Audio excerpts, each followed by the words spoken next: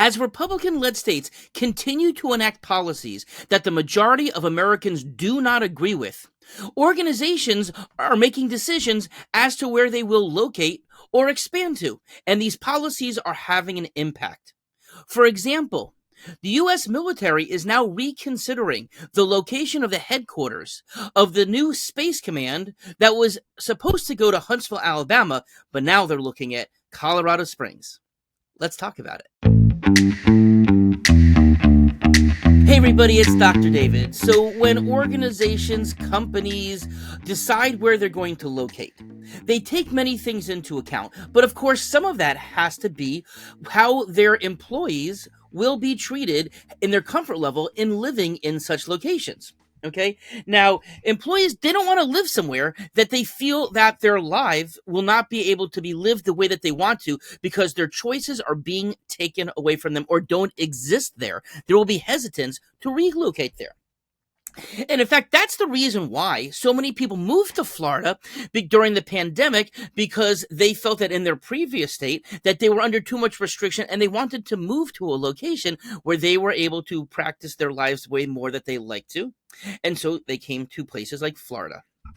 Now, as an example of how policies can impact business decisions, we've heard a lot about Disney and how the Disney Corporation, among other things, decided to not put a $1 billion investment into a place in Central Florida that would have allowed for an expansion, and that would have also brought about 2,000 jobs to Florida, because the governor in particular, attacked Disney publicly and tried to move to injure their company because of their lack of support of the LGBTQ plus community.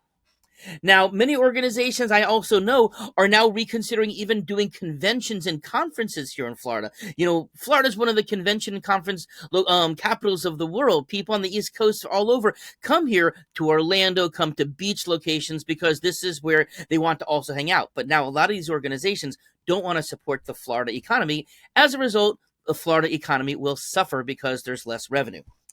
Now, of course, this is what kind of brings us to the military conversation that we're talking about now.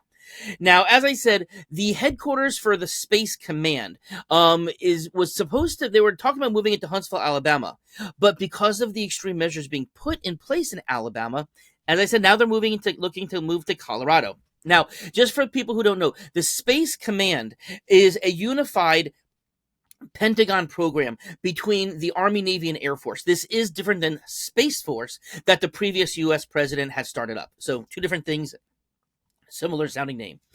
Okay, now, in terms of why people might not want to move there to a certain place, well, you know, it's not just the military themselves, but their families, and just being in an environment where they are comfortable being. Now, for instance, what do we know that some of the limits who are not wanting to move to such places?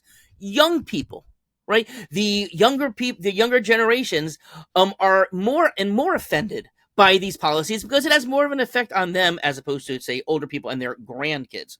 All right, so this is potentially a big problem because, again, who obviously are the recruits for the military, young people who are as well as other businesses trying to recruit, usually young people. Okay, and young people are obviously the ones that are impacted by these policies, these laws. Okay, now of course, if they feel that they're in a state where they can't make their choices for healthcare, for reproductive rights, for education, that has an impact.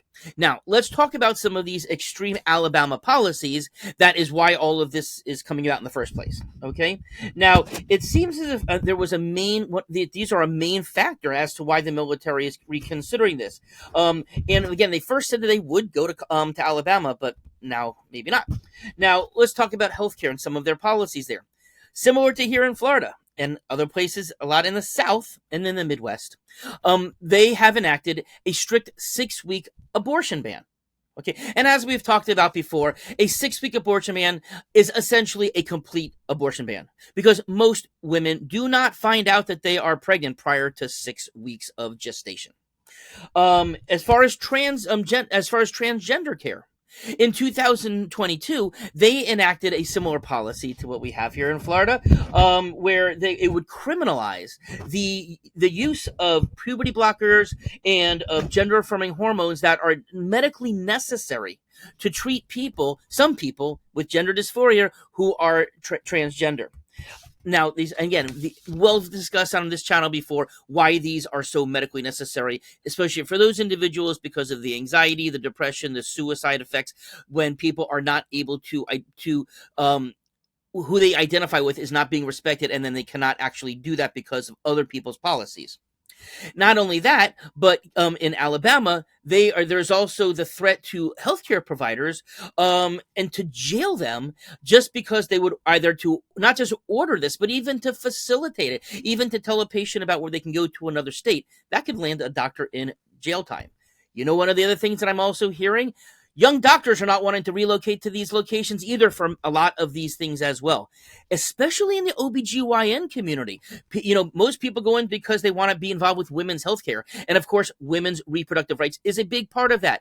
I hear that many people are looking elsewhere for residencies for OBGYN and not in these states because they would not be able to learn the procedures that they want to learn. Even if they were to go somewhere else afterwards, maybe they would want to come to Florida for training and go back to their home state, but they wouldn't be able to get the training, or they wouldn't be able to even practice the medicine that they would want once they came out if they chose to stay in the state. Now, it's not just on healthcare, it's also on education. Okay. Now, in April of 2023, the Alabama Department of Early Childhood Education, the secretary of this department, she resigned after the Alabama's governor, Governor Kay Ivey, banned a pre-K teacher resource book that contained what she had referred to as a woke agenda. Now, this book in question is called the Developmentally Appropriate Practice Book, and it's from the National Association for Education of Young Children. And this is a guide that teaches teachers how to interact with young people on situations that students may ask about, things like gender and race. And so teachers need to learn how, because you know what? Just because there is a rule that says that you can't discuss these things, it doesn't mean that it won't come up in a classroom. It doesn't mean that a child won't ask it.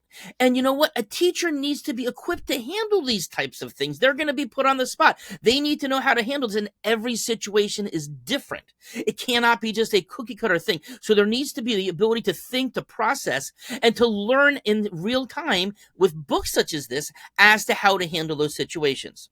In addition to that, Alabama is also having in school libraries is also having books banned because of the content that some people complain about, even though these are books that have been in libraries forever that have never caused a problem before. But again, this anti-woke agenda is deciding what your kid can and cannot read, as opposed to maybe us as the parent, right? Shouldn't we have that ultimate decision, right? Isn't that what parental choice is about?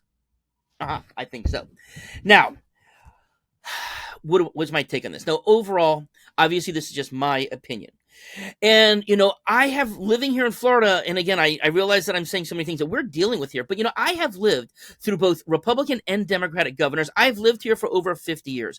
I have never seen the state enacting and doing the things that are doing now. Now, I've given previous reports about how there is now some pushback being had here in the state of Florida, where now the federal judges are now starting to look at these transgender gender reaffirming care bans, that there's already one that's in place, and now that's precedence being set for the other. We know that in the state of Florida, there is now a drive to get abortion placed on the ballot in 2024 to make it a constitutional right for people to have. So, you know, we're going to have to see what happens here in Florida, but I can't say that even with our family, we haven't said, is Florida the place that we really want to spend the rest of our lives? And it's so sad. I'm a Floridian, my practice is here, but to even come up with those types of thoughts, that is so sad. But that is the reality that we're going through. We know that a lot of gay people are leaving the state. They're flocking the state. We know educators are flocking the state. That quality teachers, the quality of our education is now being assaulted because teachers don't want to be in a place where either they're not respected or they are not being allowed to teach the way that they feel is best for their individual students. Okay, so, but I do know one thing. I would not want to move to another state that did not allow for reproductive choice.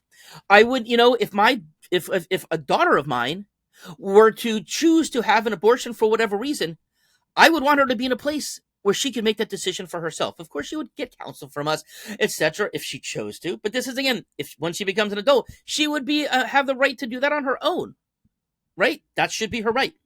Now, I don't want to go to some place where LGBT. If let's say I had a child in the LGBTQ plus community, I would want them to be supported by the community. I would want them to be supported by our government. If I had a transgender child who felt that because of their gender dysphoria, and we felt that it was necessary for them to have gender affirming care, I would want them to be able to do that. That's really important. That's what choice is about. Okay. For that matter, I wouldn't want my child to be able to to go to a library and not be able to pick out the book that he or she would like to read.